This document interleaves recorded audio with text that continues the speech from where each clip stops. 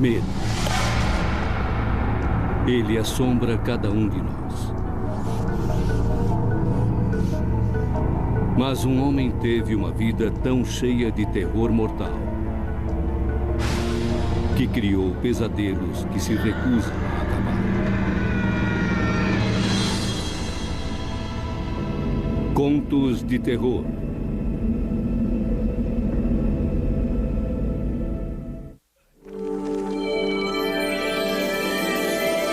Grandes livros.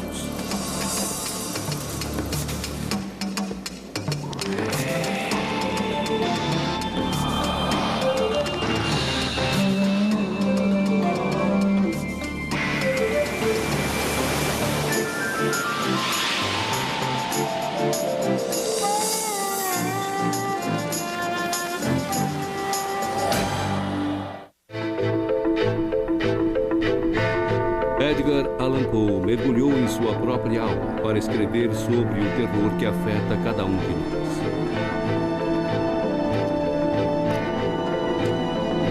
Ele criou uma Bíblia do medo.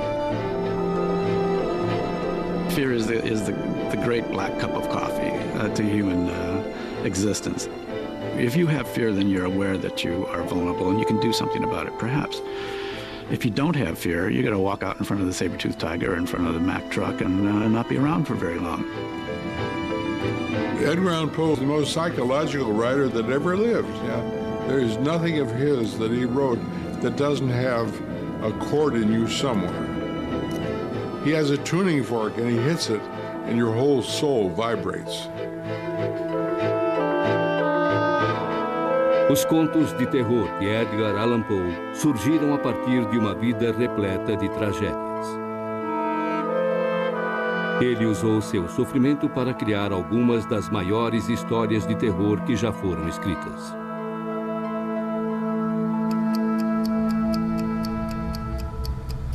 Um de seus contos mais vigorosos é O Poço e o Pêndulo. É o maior retrato que Poe fez do terror mortal. Um preso político da Inquisição está sozinho num calabouço. Ele está abalado e confuso. Sua morte é certa. Como ele vai morrer, ainda não se sabe.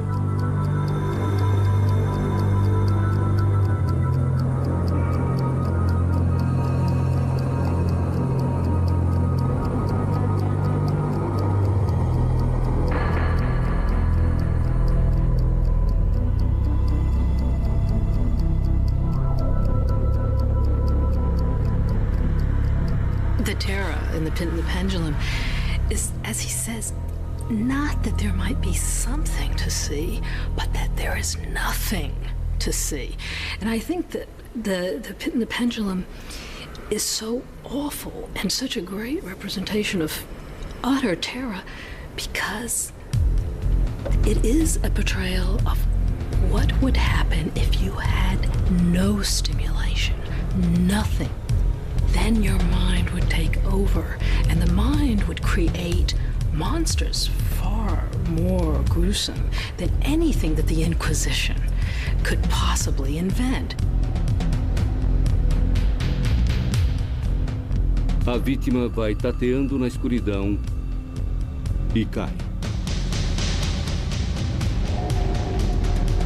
Um poço insondável, repleto de horrores inimagináveis, está à sua frente. Ele mal consegue se segurar.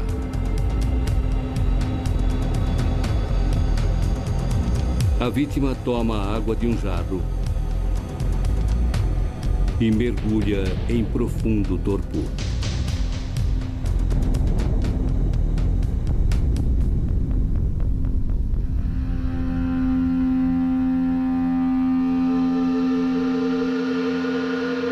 Quando desperta, ele está amarrado dos pés à cabeça.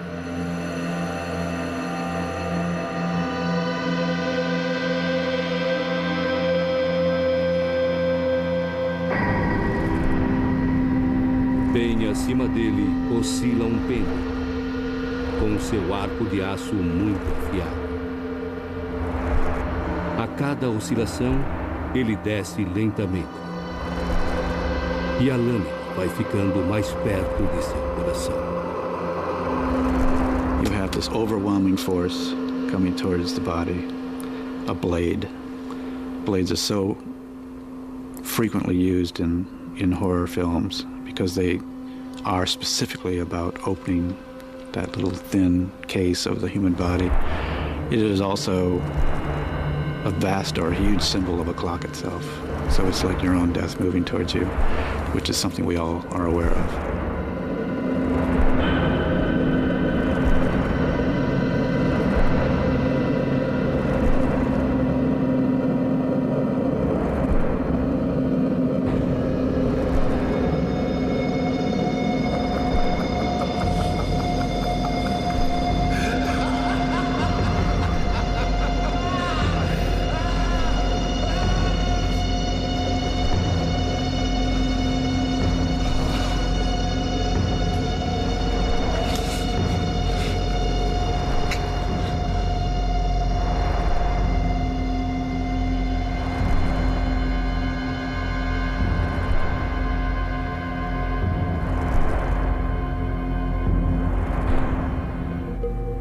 Com a lâmina a poucos centímetros de seu tórax, a vítima encontra uma esperança. Ela aparece na forma de um rato.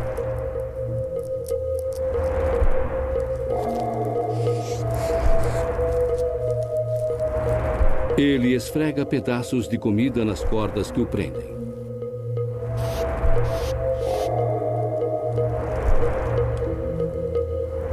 Os ratos começam a roer.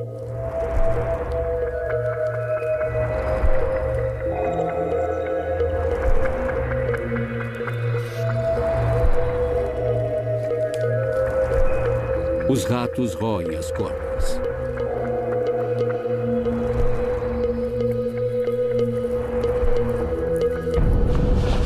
Ele está livre. Mas antes mesmo que recupere o fôlego, a cela se cobre de um brilho aterrorizante. As paredes e o teto estão em chamas. E ele é obrigado a ir na direção do poço.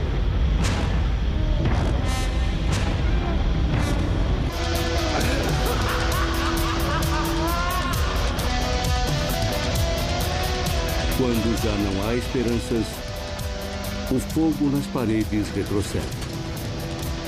O prisioneiro é libertado. Seus algozes foram derrotados.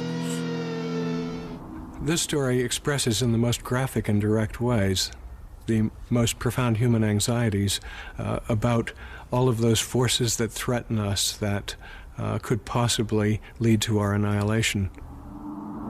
It's a cornucopia of frightening images. In some ways, it's a sort of tour de force. It seems as if Poe, in this one story, wants to pull out all the stops to see if he can invent or bring into play as many frightening devices as he can possibly imagine. It's a psychic overload.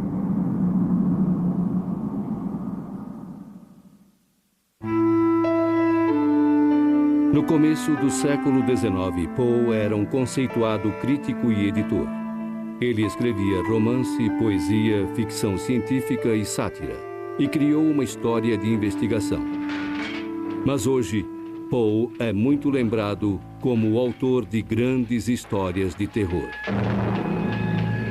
Do you know where you are, Bartholomew? You are about to enter hell.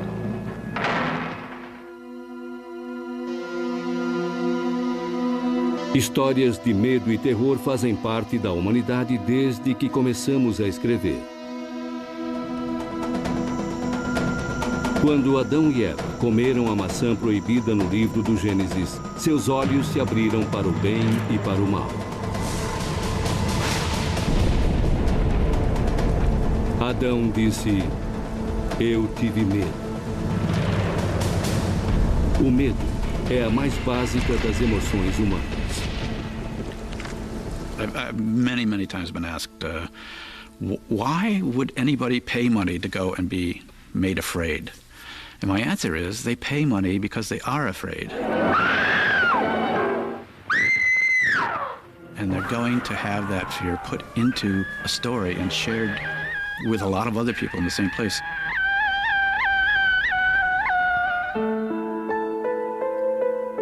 Os contos de Poe foram lidos por milhões de pessoas, mas seus temores eram muito pessoais. Edgar Poe nasceu em 1809, filho de David e Eliza Poe, atores mambembes. Sua mãe era uma das atrizes mais famosas dos palcos norte-americanos, mas a família vivia na pobreza. Quando Edgar tinha 2 anos, seu pai, alcoólatra, abandonou a família. In Poe's case, both his parents died early, and his father was an alcoholic and a failure, setting up a kind of pattern that Poe deliberately or unintentionally would follow throughout his life. And the mother became this kind of, lost figure. She dies of TB. And then she just kind of fades out of Poe's life, and she becomes this sort of ghost, strong ghost in his memory.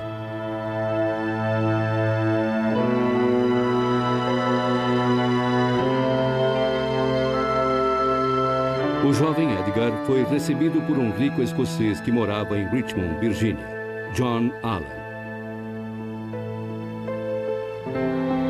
Era uma nova vida, repleta de facilidades. A senhora Frances Allan, que não tinha filhos, recebeu o menino como seu filho. The Allans never formally adopted Poe, and he resented that. He always wanted to take over the Allan name. He never felt comfortable with it.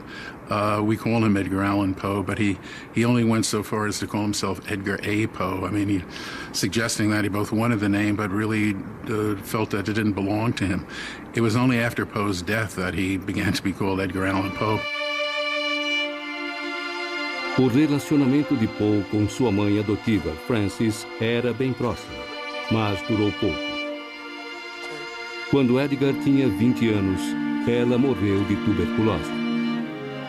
Poe began to see himself as a kind of cursed figure, someone who actually brought misfortune on especially women he loved. And all of this produces in Poe's work a kind of brooding awareness of mortality. Desde o começo, a morte assombrou Poe. Sua vida levou-o a entender as emoções humanas mais básicas, e seu texto nos obriga a enfrentá-las sem rodeios.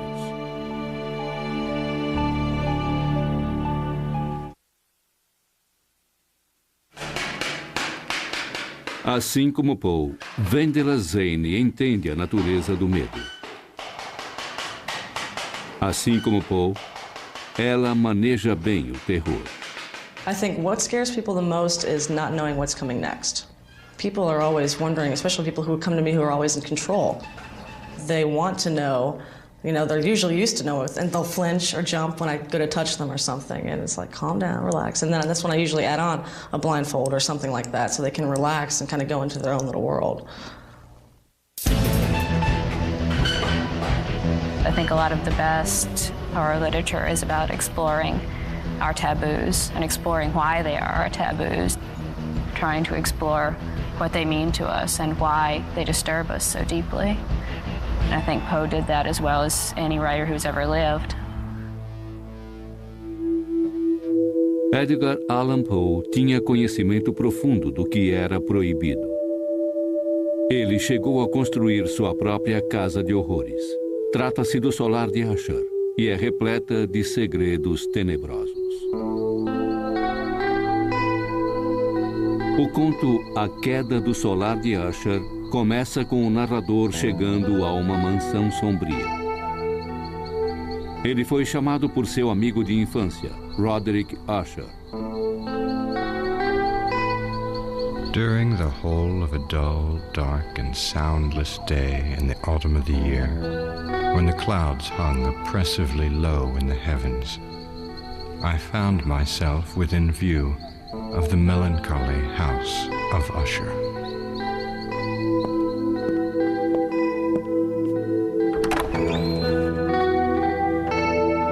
Ele chega à casa sem saber ao certo o que esperar.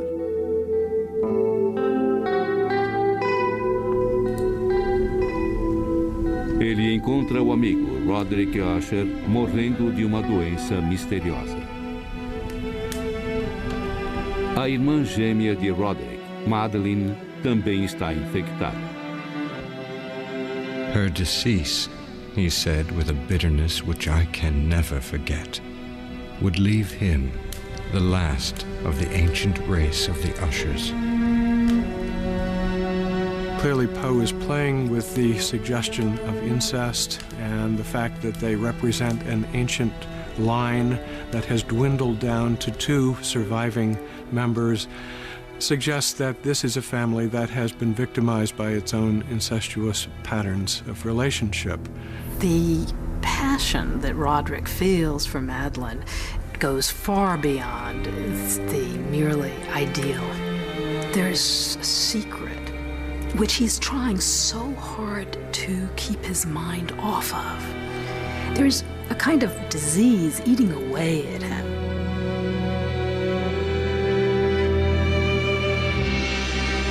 Os temores mais profundos de Roderick se concretizam quando Madeline morre. You have Roderick Usher dreading the death of his sister, and then when it does occur, or seems to occur, he doesn't know what to do about it. Should he bury her out in the cemetery? Should he keep her body within the house? Should he put her in a coffin or do something less drastic?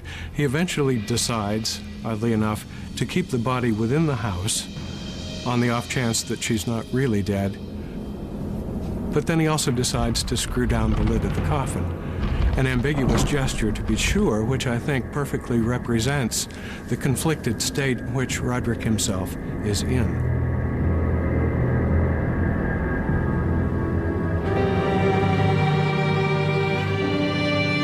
Embora sua irmã esteja morta, Usher está com muito medo.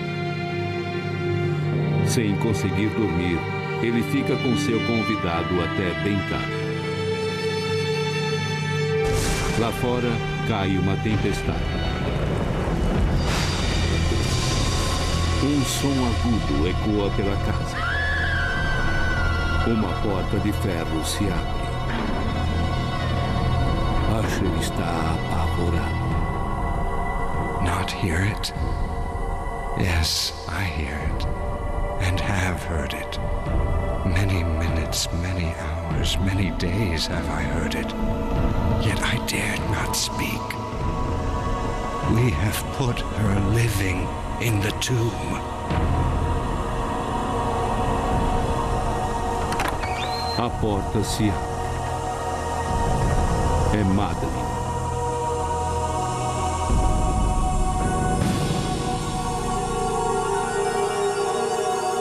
She seems to be summoned forth not so much by her own energy or will for revenge as by Usher's own apprehensions. It's as if he draws her forth from his own unconscious.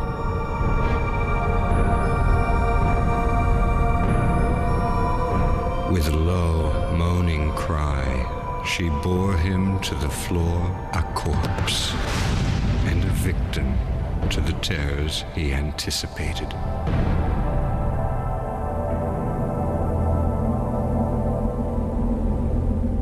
The end is this terrible apocalyptic embrace where the 2 of them together fall. And for the narrator, it is also the final bursting out of the pollution that was only hidden at the beginning. A queda do solar de Usher fez Poe ser reconhecido como um escritor respeitável. Mas nada mais que isso. E um acontecimento trágico o faria sofrer ainda mais.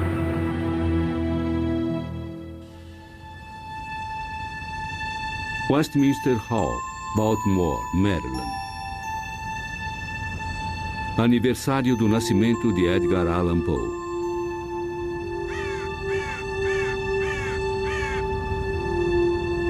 Todo ano, desde 1949, um homem solitário e misterioso aparece aqui.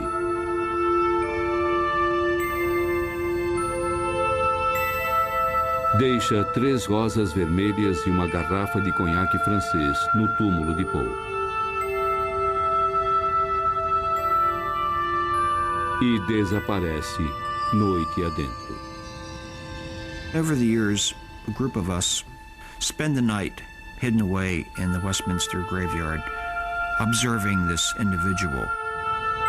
Roses and cognac on his grave since 1949, and Poe's been dead since 1849. So obviously this person in some way feels an affinity for Poe. Maybe he can relate to Poe's suffering, or maybe this person is related to the Poe family. We don't know, but actually I'm glad that he is doing it, because I'm touched by the tribute too. É uma homenagem comovente a um homem cuja história pessoal é tão terrível ou até mais terrível que as histórias que ele escreveu.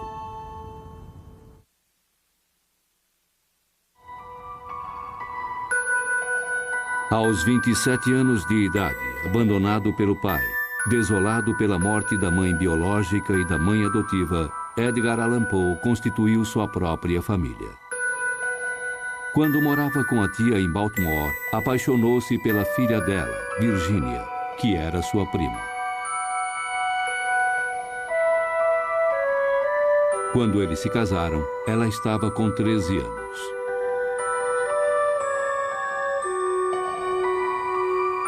These 3 people really, they clung to each other, orphans in a storm. In a way, I think it was very lucky for them to have each other.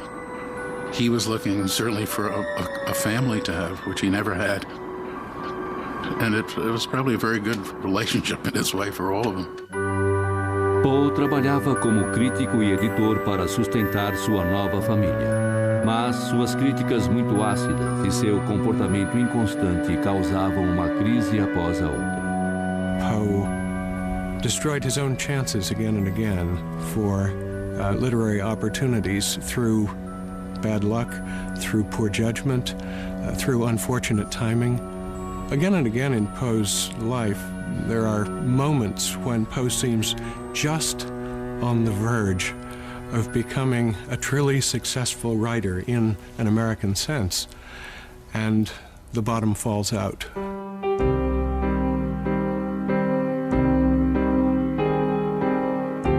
Poe usa suas últimas economias para comprar um piano para sua adorada esposa, Virginia.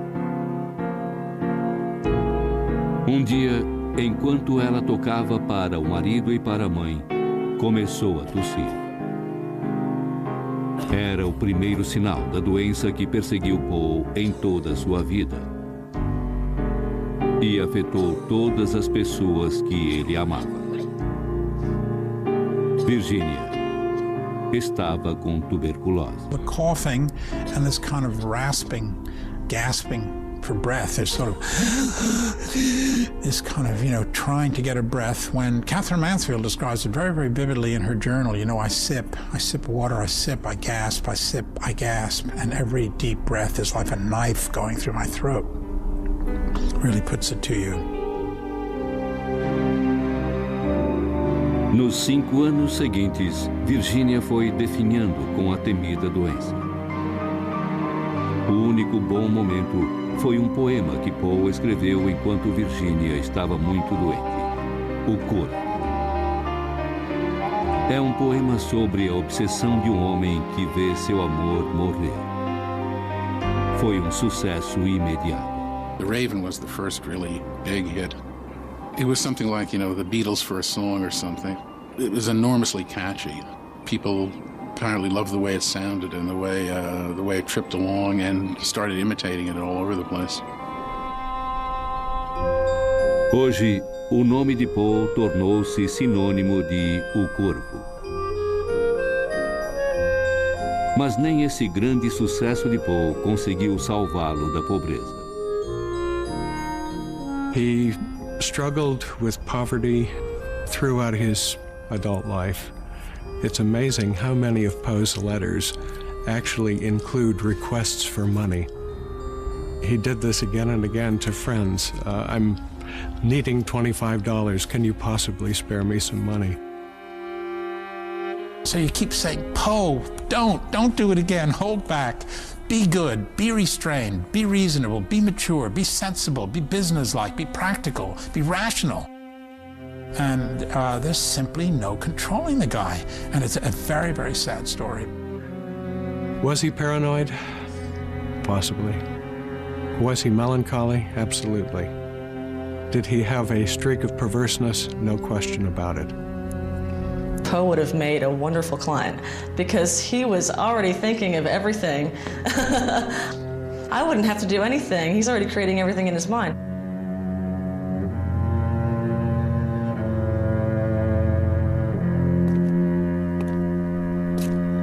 Enquanto a morte ia assombrando seus passos, Poe continuava explorando seu medo mais profundo.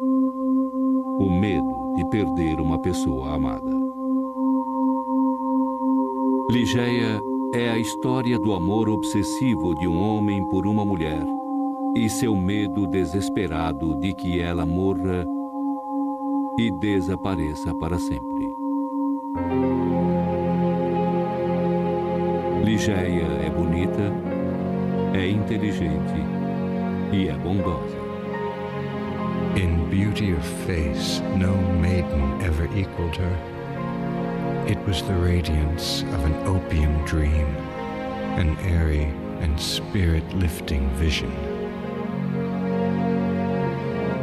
She came and departed like a shadow.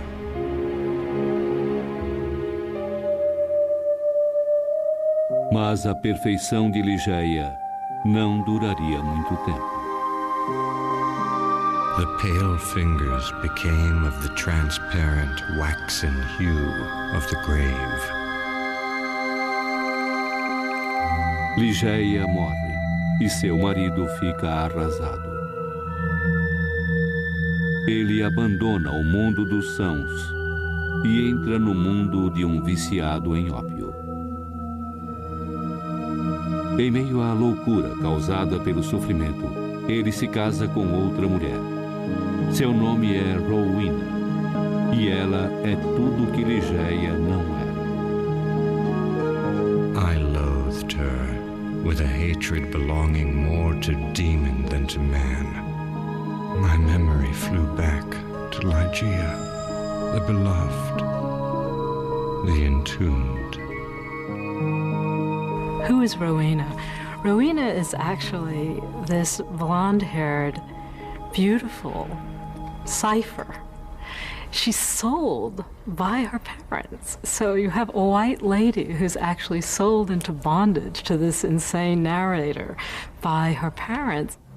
And why does he hate her so? Assim como aconteceu com Ligeia, Rowena é acometida por uma doença misteriosa. Ela é assombrada por sinais estranhos, barulhos, passos, sombras. Seu marido vê 3 gotas de cor vermelha caindo em sua taça de vinho.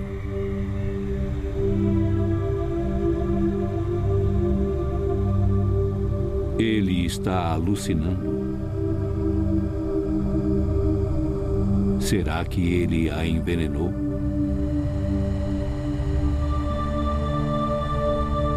Rowena está assustada. Seu marido está num transe profundo de ópio. A realidade e a fantasia se misturam. Rowena bebe daquela taça. Com o marido ao seu lado, ela morre.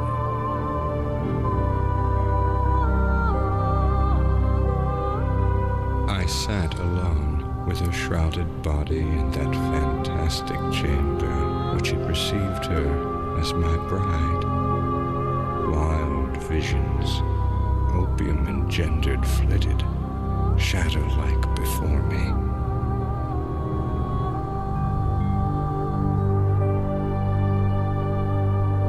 No meio da noite, ele ouve um soluço baixo e suave. Rowena voltou a viver.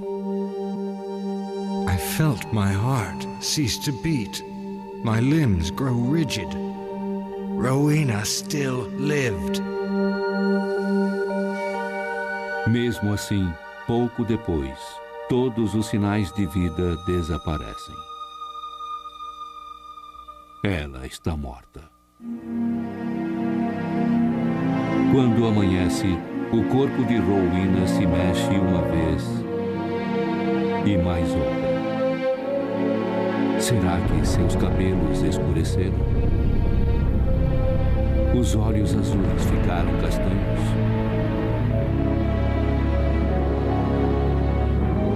Ligeia voltou. These are the full and the black and the wild eyes of my lost love, of the Lady Ligeia. Seu primeiro e único amor acaba de voltar à sepultura. So you're living in a Poe universe where everything is the undead, the living who are both dead and more living, in fact, after death than they were probably in life. That is a terror. Para Poe, o terror absoluto era saber que os mortos nunca voltam da sepultura. Em breve ele enfrentaria esse terror pela última vez.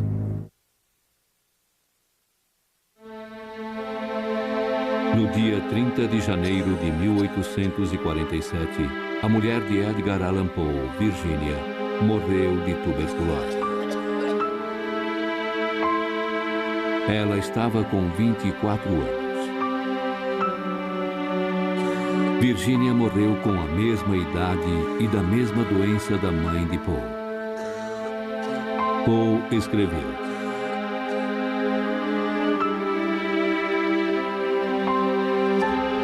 When I found one in the death of my wife.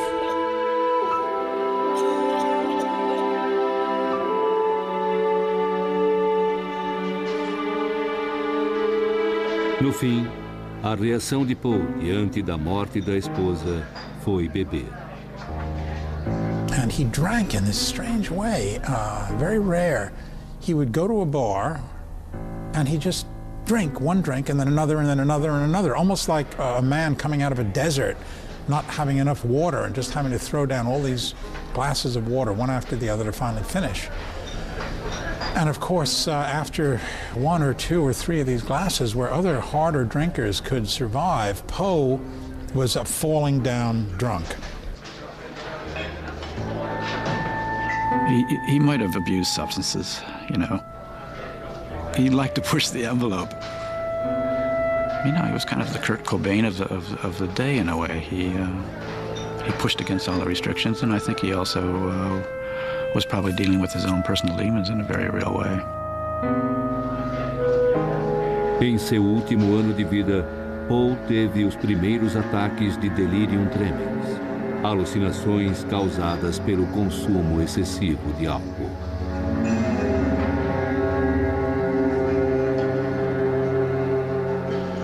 Numa das alucinações, ele viu sua sogra sendo mutilada.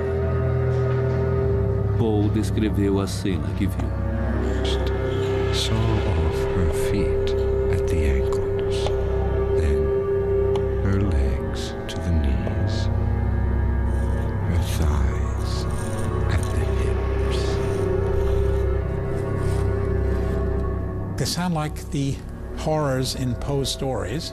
And where did they come from? They came from Poe's own personal experience. And it's the compound, which I call this kind of explosive chemical mixture of the literary and the personal, which creates this incredibly powerful effect, which can really be scary. I don't mean to say that Poe destroyed himself in order to find something to write about, but looking at the same thing from another point of view, that he used the destructive experience afterwards to bring a kind of extra charge of power into the stories. Um dos contos mais famosos de Poe, O Coração Denunciador, parece refletir suas alucinações aterrorizantes. O conto começa com um jovem que cuidava de um senhor idoso. Ele é obcecado pelo olho desse senhor. True. Nervous. Very, very dreadfully nervous I had been and am. But why will you say that I am mad? It is impossible to say how first the idea entered my brain. But once conceived, it haunted me day and night. Object there was none. Passion there was none. I loved the old man. He had never wronged me. I think it was his eye. Yes, it was this. One of his eyes resembled that of a vulture. Whenever it fell upon me, my blood ran cold. And so, by degrees, very gradually, I made up my mind to take the life of the old man. I think what sets The Telltale Heart apart and makes it particularly chilling is the way that Poe stages the story from the perspective of the killer and allows us to see that there's an absolute disconnect here between the narrator's intelligence, his intellect, his ability to organize a crime, and any human sentiment that might accompany the action. There is none. Noite após noite, ele entra no quarto do velho, que está de olho fechado. And so it was impossible to do the work. For it was not the old man who vexed me, but his evil eye. Uma noite, quando ele abre a porta, barulho faz o velho acordar. I kept quite still and said nothing. For a whole hour I did not move a muscle. Presently, I heard a slight groan, and I knew it was the groan of mortal terror. Ele ouve as batidas do coração do velho. Ele ouve o seu terror.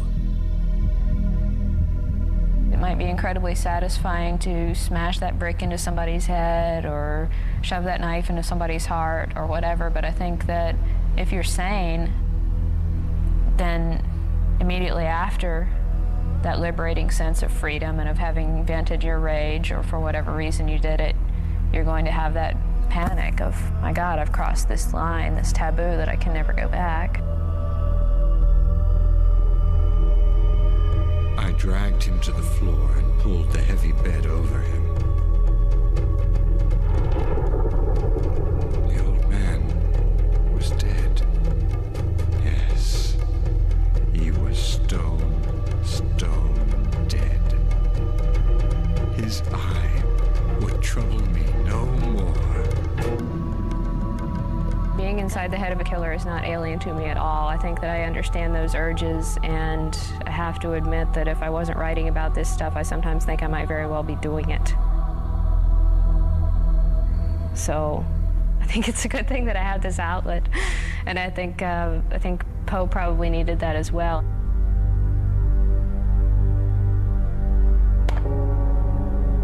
O jovem vai mutilando o velho. Depois, enterra as diversas partes do corpo sob o piso do quarto. You certainly get the idea that that guy knows what he's doing. It's difficult to dismember a body. It's difficult to pierce the skin of a body. Even the skin is strong, the body is strong, the body is really well put together. You have to know where to cut, not to just make a total mess of it.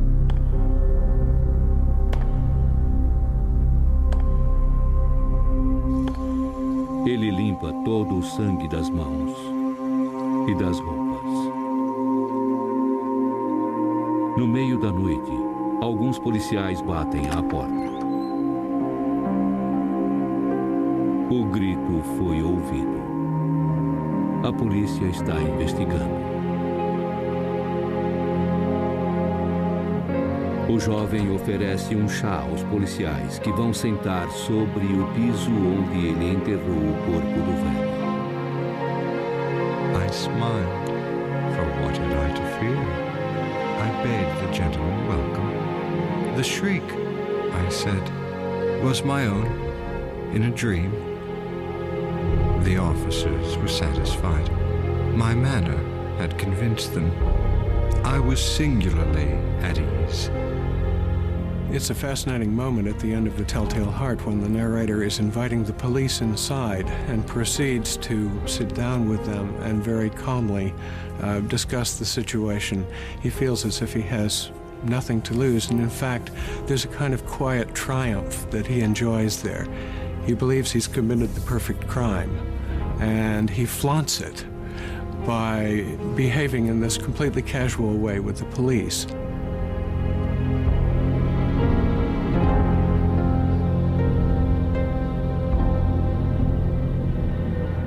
Mas pouco depois, sua cabeça começa a doer.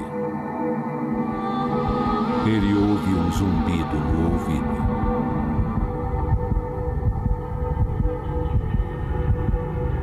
It was a low, dull, quick sound, much such a sound as a watch makes when enveloped in cotton. And yet the officers heard it not. Why would they not be gone? The heart is one of the few things about our body that announces that it's there. Mostly we're not really aware too much of what our interior is up to. The heart, you can hear, you can feel it. It's like a clock. I think there's something very, very primal about the beating of the heart. We know that it makes a difference between our being alive or dead. Was it possible they heard not? Almighty God, no, they hear. They suspected. They knew. There's this perverse quality again and again in Poe's tales. It's no good to create a perfect crime if someone doesn't know about it. There's something within that has to get out. I felt that I must scream or die. Villains, I shrieked. I admit the deed. Tear up the planks. Here. It is the beating of his hideous heart.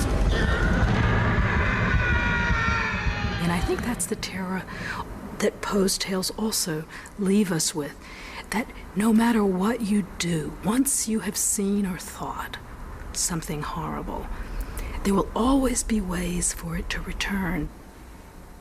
Things never die in Poe.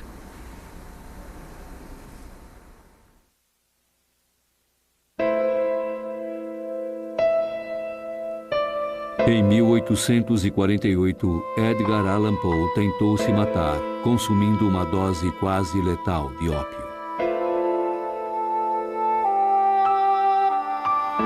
Ele passou por momentos alucinantes de embriaguez, mas sempre continuou escrevendo. He became increasingly desperate. I mean, after Virginia died, the desperation really set in. I mean, when the family that he had finally found broke up all over again, then he sort of went crazy. I think he had just about a blueprint for being unhappy and creative and crazy and miserable. Em 1849, Poe saiu de Richmond e foi para Nova York. Em Baltimore, ele parou e bebeu até esquecer. Por 6 dias, Poe desapareceu misteriosamente. Quando ele reapareceu, estava delirante e profundamente doente. Por 3 dias, Poe ficou numa cama de hospital em Baltimore, perdendo e recobrando a consciência. Por fim, totalmente fatigado, ele ficou quieto e pareceu dormir por um momento. Então olhou para cima e disse: Senhor, ajude esta pobre alma. E morreu. Ele estava com 40 anos.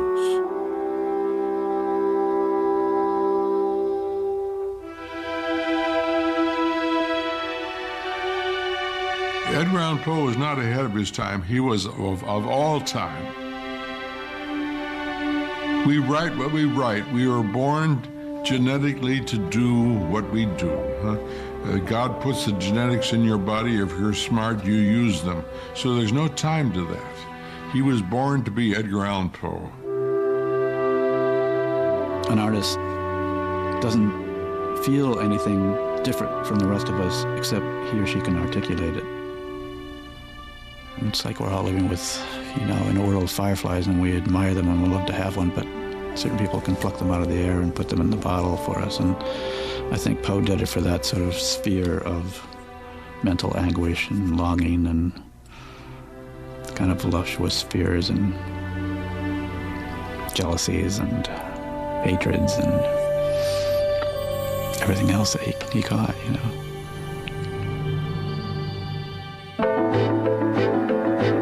Versão brasileira Clone.